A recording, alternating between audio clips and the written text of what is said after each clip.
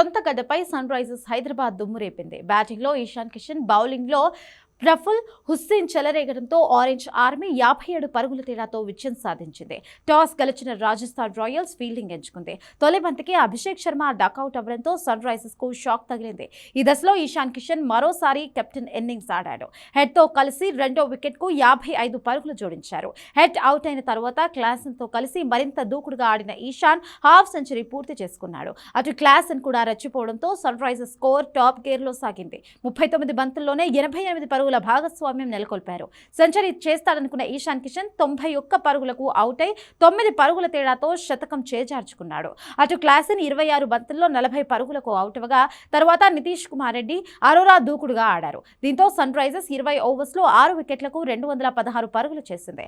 Royals bowlers లో Archer 2 వికెట్లు తీయగా దేశ్ పాండే, రియాన్ పరాగ్, సందీప్ శర్మ ఒక్కో వికెట్ పడగొట్టారు. 217 పరుగుల భారీ టార్గెట్ ను ప్రత్యర్థి ముందుచ్చినా కూడా ఉప్పల్ స్టేడియం బ్యాటింగ్ పిచ్ కావడంతో సన్ రైజర్స్ కు గెలుపు సగం ఆశలే నిలిచాయి. ఎందుకంటే రాజస్థాన్ భీకర లైనప్ దీనికి కారణం. పైగా వైభవ్ సూర్యవంశీని ఆపడం ఎవ్వరి వల్ల కావడం లేదు.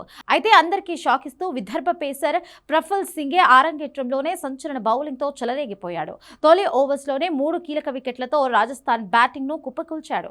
ఐపీఎల్ చరిత్రలోనే తొలి ఓవర్లో 3 అవుట్ చేసి ప్రఫుల్ హింగే రికార్డు సృష్టించాడు. మొదట వైభవ్ వీక్నెస్ బౌలర్స్ ను సంధించి అవుట్ చేశాడు.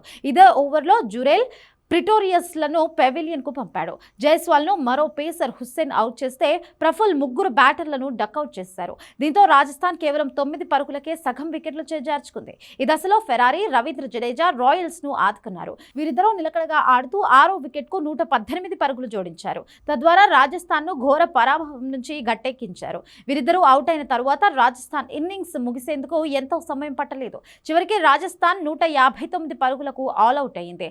సన్ రైజర్స్ బౌలర్స్ లో ప్రఫుల్ హింగే 4, హుస్సేన్ 4, మలింగా 2 వికెట్లు పడగొట్టారు.